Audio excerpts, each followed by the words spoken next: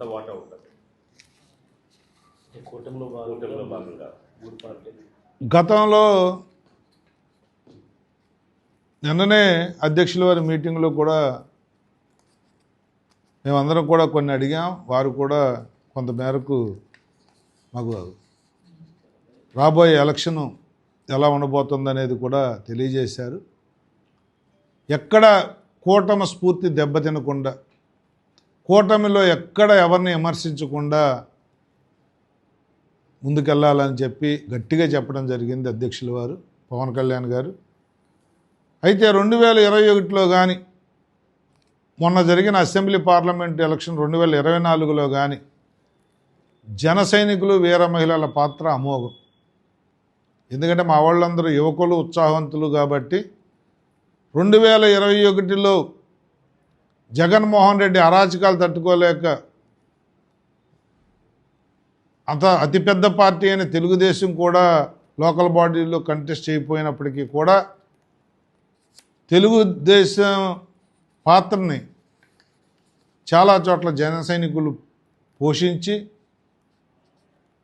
కష్టపడి కేసులు పెట్టించుకుని వైసీపీతో వాళ్ళతో అనేక ఇబ్బందులు పడినా కూడా ఎక్కడా కూడా వెనక తగ్గకుండా పవన్ కళ్యాణ్ గారి పిలుపు మేరకు స్థానిక సంస్థల్లో పోటీ చేసి కొన్ని చోట్ల గెలిచాం, కొన్ని చోట్ల దెబ్బతిన్నప్పటికీ కూడా పోరాట స్ఫూర్తిని ఎక్కడా వదలలేదు జన సైనికులు వీరమయ్యారు.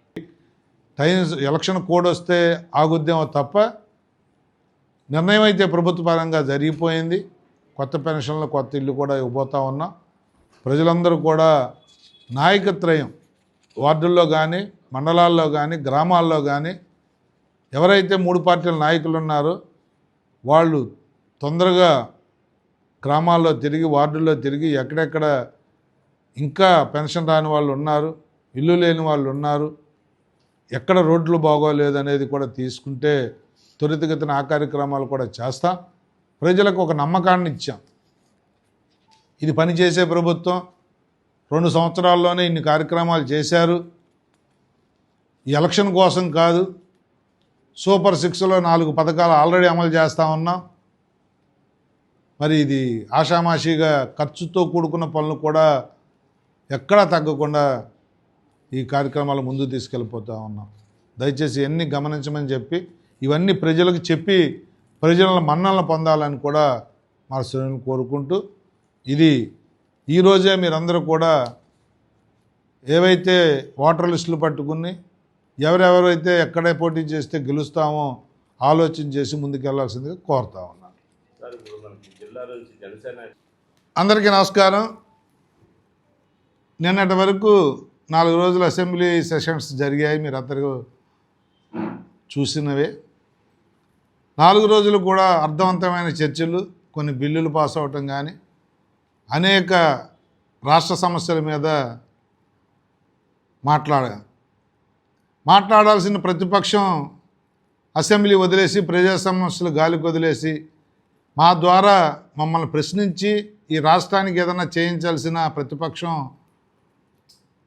అసెంబ్లీకి రాని సందర్భంలో, నేపథ్యంలో మేమే అధికార పక్షం, మేమే ప్రతిపక్షంగా ప్రభుత్వాన్ని చాలా సమస్యల మీద అడగటం జరిగింది. అర్థవంతమైన చర్చలు జరిగాయి, చేసిన పనులు చెప్పాం, చేయబోయేవి చెప్పాం. ఈ రాష్ట్ర అభివృద్ధి కోసం అనేక నిర్ణయాలు చేశాం. మనస్ఫూర్తిగా ముఖ్యమంత్రి గారికి, ఉప ముఖ్యమంత్రి గారికి ధన్యవాదాలు కూడా తెలియజేస్తూ ఉన్నాం. ఎందుకంటే ఈ ప్రభుత్వం, కూటమి ప్రభుత్వం వచ్చిన తర్వాత ఎక్కువ లబ్ధి చేకూరింది ఉత్తరాంధ్రకి. ఎయిర్పోర్ట్ కానీ, అలాగే పరిశ్రమలు కానీ, ఐటీ కంపెనీలు కానీ, గూగుల్ కానీ,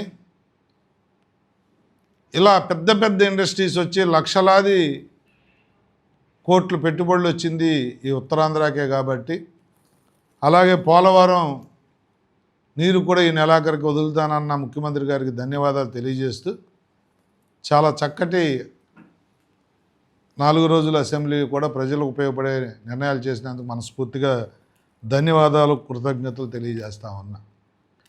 మరి మరొక విషయం ఏంటంటే, లోకల్ బాడీ ఎలక్షన్స్ ముందుగా మున్సిపాలిటీలు, కార్పొరేషన్లు, దాని తర్వాత పంచాయతీలు, దాని తర్వాత మండలాలు, జడ్పీటీసీలు. ఈసారి మీ అందరికీ రోజు మీరు న్యూస్లో చూస్తూ ఉన్నారు, కేబినెట్ తీర్మానం చేసి అసెంబ్లీలో కూడా ప్రవేశపెట్టడం జరిగింది. ఈసారి కార్పొరేషన్లు కానీ మున్సిపాలిటీలు కానీ డైరెక్ట్ ఎలక్షన్స్.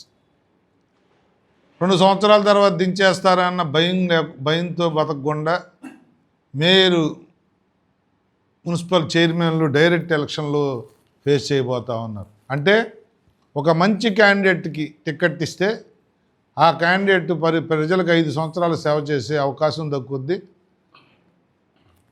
కార్పొరేటర్లు వేరుగా గెలిచిన వారి వార్డుల్లో వాళ్ళు అభివృద్ధి చేసిన మేయర్ అనేవాడు, మున్సిపల్ చైర్మన్ అనేవాడు అందరూ ఓట్లు వేస్తే గెలిచిన అభ్యర్థి అవుతూ ఉన్నాడు. అంటే ఎమ్మెల్యేలు, మంత్రుల కన్నా పవర్ఫుల్గా మేయర్ ఉండబోతూ ఉన్నాడు.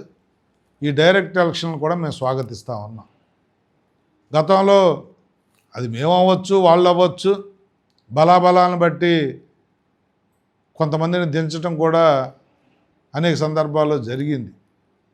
ఈసారి అలా జరగకూడదనే గౌరవ ముఖ్యమంత్రి గారు, ఉప ముఖ్యమంత్రి గారు ఒక సాహసోపేతమైన నిర్ణయం చేశారు. చాలా సందర్భాల్లో అధికారంలో ఉన్న పార్టీ ఎప్పుడు ఇలాంటి నిర్ణయం చేయదు. ఎందుకంటే ఓ 4 సీట్లు 5 సీట్లు తక్కువ వస్తే అధికార దర్పంతో, అధికార హోదాతో వాళ్ళని తెచ్చేసుకోవచ్చు అని చెప్పి ఇండైరెక్ట్ ఎలక్షన్కే మొగ్గు చూపుతూ ఉంటారు.